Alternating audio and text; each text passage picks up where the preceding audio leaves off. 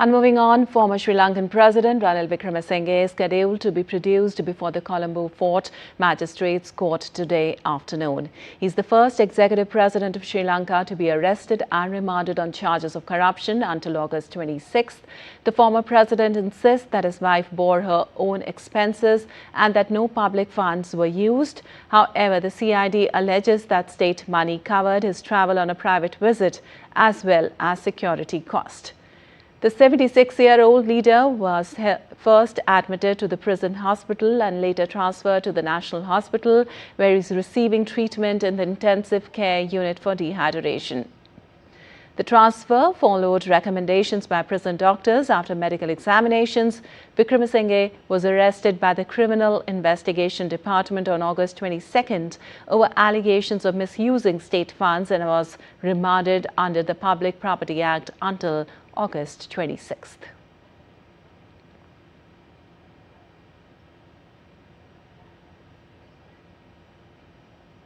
All right, and for more, we have Dr. Ahmed Farooqi joining us from Sri Lanka. Well, Dr. Ahmed, can you provide us more details on the current medical condition of the former President Wickremesinghe and whether there are any signs of improvement there?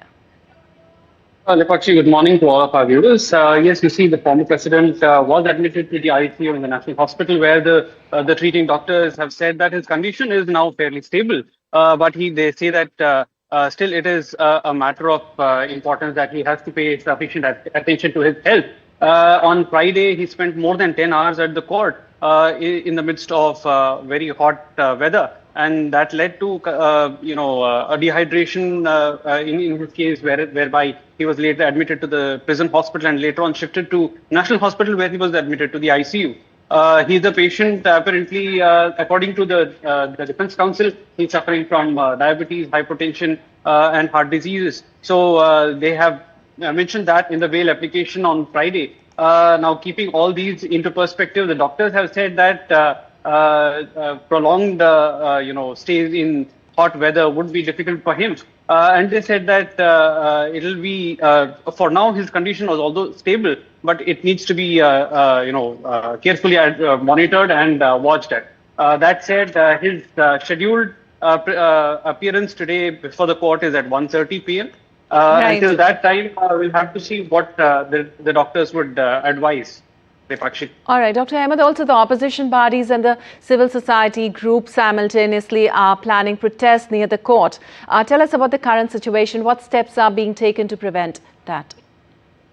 You see, Lepakshi, yesterday the opposition leaders met at opposition leaders' office. They discussed the next steps that they would take, and they have decided to protest before in the court, near the court premises at the time when the court proceedings should be heard.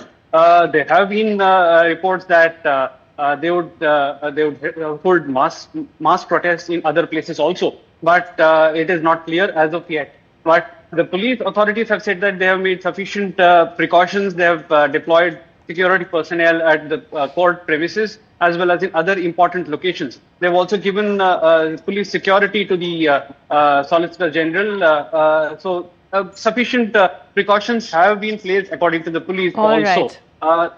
But that said, after the proceedings are over, the opposition leaders have decided to meet tomorrow to discuss the further developments after the outcome of today's case.